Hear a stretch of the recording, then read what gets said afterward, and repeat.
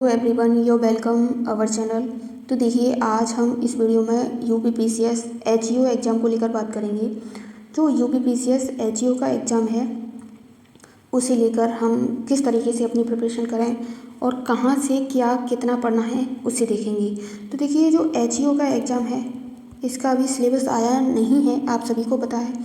तो इसके लिए हम क्या करेंगे, जो हमारा हेल्थ एजुकेशन ऑफिसर का सिलेबस है CHO, उसका सिलेबस और इसका सिलेबस 2005 का जो पैटर्न है लमसम सेम है। तो वहाँ से जो इम्पोर्टेंट टॉपिक्स हैं उसे क्लियर कर लेंगे। और बाकी का देखिए, आप सभी को एक बात बता दूँ कि आप इसलिए मत बैठिए कि यूपीपीसीएस एचईओ एग्ज़ाम का सिलेबस आ जाएगा जब करेंगे, क्योंकि यहाँ पे मोस्टली वही लोग इस एग्ज़ाम को दे रहे हैं जो यूपीपीसीएस का कई साल से कर रहे हैं, जिनका प्रीलिम्स, मेंस और इंटरव्यू तक पहुँचे हैं।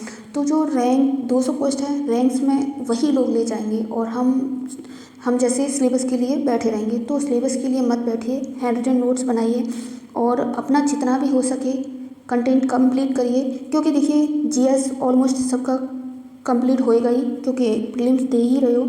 यूपी स्पेशल भी सब कर ही ले जाएंगे, यूपीसी है तो ये अच्छी पोस्ट है, इसमें आपको मेंस नहीं है, तो अच्छे से इसका करते रहिए। और देखिएगा, जो हम यहाँ आपको कंटेंट देंगे वो हमारे हैंड रिटन नोट्स हैं, बस इतना कर लीजिए। और हैंड रिटन नोट्स में है, और आप क्वेश्चंस का लेवल देखिए कि किस तरीके का लेवल है और एग्जाम पैटर्न किस तरीके का है, तो वही देखेंगे। तो चलिए, हम अब यहाँ अपने क्वेश्चंस देखते हैं, ठीक है। तो देखिए, यहाँ स्वास्थ्य शिक्षा पोषण, health and nutrition important notes हैं ये।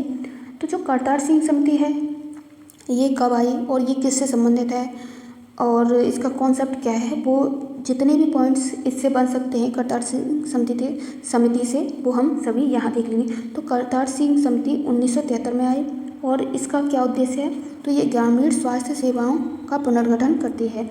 अब देखिए, इससे संबंधित एक्स्ट्रा पॉइंट देख लेते हैं। आप यहाँ पे देखोगे क्वेश्चंस का लेवल किस तरीके से। अगर आपको यहाँ से जुड़ना है, इस चैनल से जुड़ जाइए, और बाकी का टेलीग्राम चैनल पे जीएस और यूपी स्पेशल करा रहे हैं, तो वहाँ से करते रहिए। तो यहाँ देखिए, सब सेंटर पीएचसी CHC की संरचना किस समिति पर आधारित है, तो ये करतार सिंह समिति पर ही आधारित है। मल्टीपर्पज़ हेल्थ वर्कर कॉन्सेप्ट भी करतार सिंह समिति पर ही आधारित है। तो जो करतार सिंह समिति है, इससे संबंधित ये हमारे मोस्ट इंपॉर्टेंट पॉइंट थे, वो हमने देख लिए। अब देखिए, यहाँ हम अपना नेक्स्ट क्वेश्चन देखते हैं। तो देखिए, इस क्वेश्चन में बात की गई है बच्चे के दांत निकलने का समय क्या है। जब बच्चे के दूध के दांत निकलते हैं, वो किस मंथ में निकलते हैं, तो ये 6 से 9 महीने में निकलते हैं। और देखिए, पूरा दूध का दांत सेट लगभग, अगर पूरे दूध के दांत निकलने का समय है तो 2.5 वर्ष में का समय लगता है। इसमें बच्चे को बुखार से चिड़ापन, ये सारी समस्याएं होती हैं। और देखिए, एक और क्वेश्चन है, उसका आंसर आप कमेंट बॉक्स में दीजिए, क्योंकि हमने कई लोगों से पूछा और हमें खुद नहीं पता थी जब हमने खुद पढ़ा। तो जो बच्चा घुटना चलता है, वो कितने महीने में चलता है, ये आप आंसर हमें कमेंट बॉक्स में बताइए कितने महीने में। मैं यहाँ बता के दे रही हूँ, 99% इसका आंसर गलत देंगे। अब आगे देखिए, यहाँ बात की है चाइल्ड हेल्पलाइन नंबर क्या है। तो जो चाइल्ड हेल्पलाइन नंबर है, वो है 1098। ये चाइल्ड हेल्पलाइन नंबर है और ये 24 आवर्स आप इस पर कांटेक्ट कर सकते हो। बच्चों को इमरजेंसी सहायता दी जाती है, जैसे एब्यूज, चाइल्ड लेबर को लेकर बात करी जाए, तो ये उसके लिए हेल्पलाइन नंबर है। आपको कई हेल्पलाइन नंबर वहाँ पे दे दिए जाएंगे और आपसे पूछा जाएगा कि कौन सा किससे मिलान करिए, ऐसे भी क्वेश्चंस बन सकता है। अब देखिए, यहाँ बात की गई है समाज की मूल इकाई क्या है। अब ये देखिए, क्वेश्चन है समाज की मूल इकाई क्या है, और देखिए यहाँ पे दे दिया जाएगा हॉस्पिटल, स्कूल और पर आसपास पड़ोस, ऐसे क्वेश्चंस आपको 4 ऑप्शंस दे दिए जाएंगे। तो आपको जो समाज की जो मूल इकाई है, वो है हमारी फैमिली। तो इसका हमारा अगर ऑप्शंस दे के पूछा जाए तो परिवार होगा। अब देखिए, जो किट हैं, सब सेंटर किट कितनी होती है, प्राइमरी हेल्थ सेंटर किट कौन सी होती है, CHC सेंटर किट कौन सी होती है, उसे लेकर बात करेंगे। ये किट किससे संबंधित होती है, तो देखिए, इसके लिए बात कर लें तो ये किट दवाइयों और बेसिक इलाज से संबंधित होती हैं। जो ये किट हैं वो इससे संबंधित होती हैं। की व्यवस्था। जो सब सेंटर किट है वो कौन सी है, kit B sub centre kit है। और पीएचसी को लेकर बात करें तो primary health centre kit D है। और PCHC community health centre kit, तो इसके अंतर्गत किट ई और किट बी दोनों ही आते हैं। अब आगे नेक्स्ट क्वेश्चन देख लेते हैं। जो महामारी है एपेडेमिक, तो इससे संबंधित रोगी हैं, प्राइमरी केस है, तो इसके लिए इंडेक्स केस सबसे, ये महामारी हमारा प्राइमरी केस है। प्राइमरी मतलब जो सबसे पहली बीमारी है इसी में आएगा, प्राइमरी है। और देखिए इंडेक्स केस सबसे पहले आइडेंटिफाई किया जाता है मरीज को।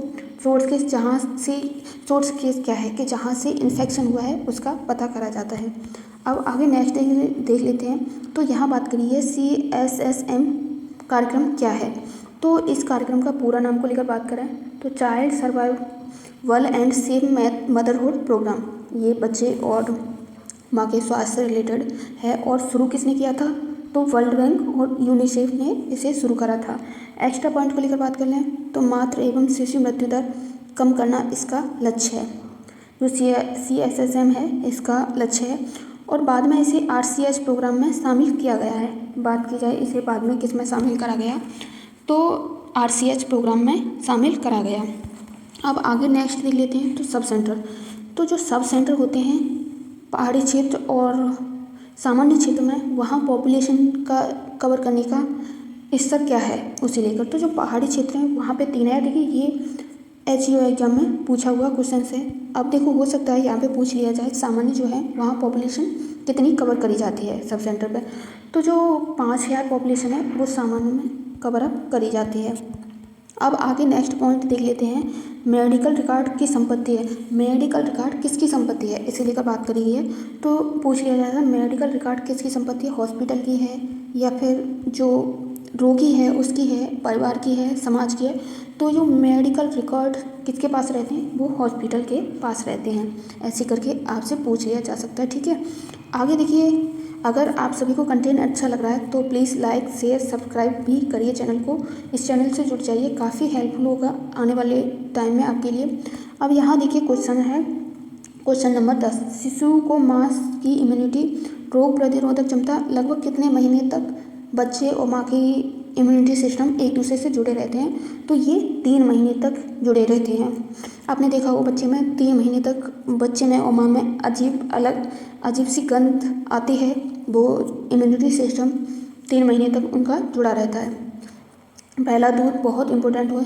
WHO के अनुसार 6 महीने तक केवल माँ का ही दूध देना चाहिए, इसकी रिक्वायर्ड करी गई है। अब देखिए आगे क्वेश्चन नंबर 11 में देखिए सबसे सस्ता प्रोटीन क्या है, सबसे अच्छा प्रोटीन क्या है। यहाँ सस्ता नहीं, सबसे अच्छा। तो जो सबसे अच्छा प्रोटीन है वो अंडे में होता है। और बाकी देखिए दाल, सोया, मूंगफली, ये सभी भी अच्छे प्रोटीन के एक उदाहरण हैं। अब देखिए यहाँ बात करें बेरी रोग से प्रभावित होने वाला बॉडी पार्ट कौन सा है, तो ये हमारा हृदय बेरी रोग से प्रभावित होता है। और ये किसकी कमी से होता है, B1 की। और B1 किस में पाया जाता है, ये किस में पाया जाता है, तो थायमिन को ही B1 नाम से जाना जाता है। अब देखिए आगे नेक्स्ट देख लेते हैं। पब्लिक हेल्थ के जनक कौन थे, तो पब्लिक हेल्थ के जनक हिपोक्रेटस थे। पब्लिक हेल्थ के जनक हिपोक्रेटस थे। आपको अदर साइंटिस्ट के, वैज्ञानिक के नाम दे दिए जाएंगे, वहाँ पे आपको कन्फ्यूज करा जाएगा। तो आप ऐसे हैंडरिटन नोट्स में हो सके तो साथ ही साथ नोट डाउन करते रहिए। अब देखिए यहाँ नेक्स्ट क्वेश्चन है, ये पूछा गया है ब्लैक डेथ क्या है।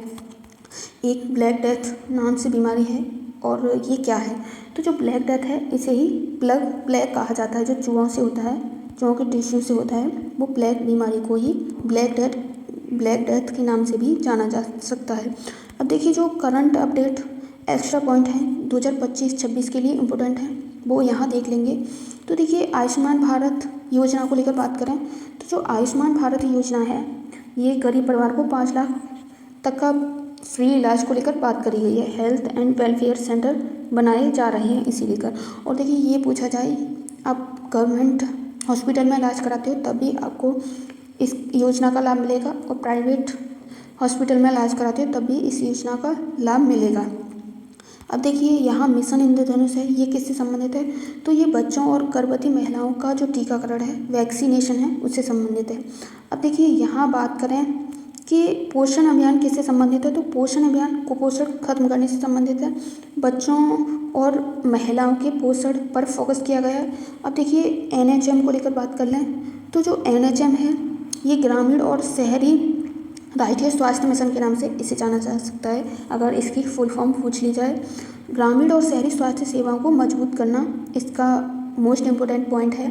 और बाकी के देखिए जो भी इम्पोर्टेंट पॉइंट थे हमने यहाँ डिस्कस कर लिए।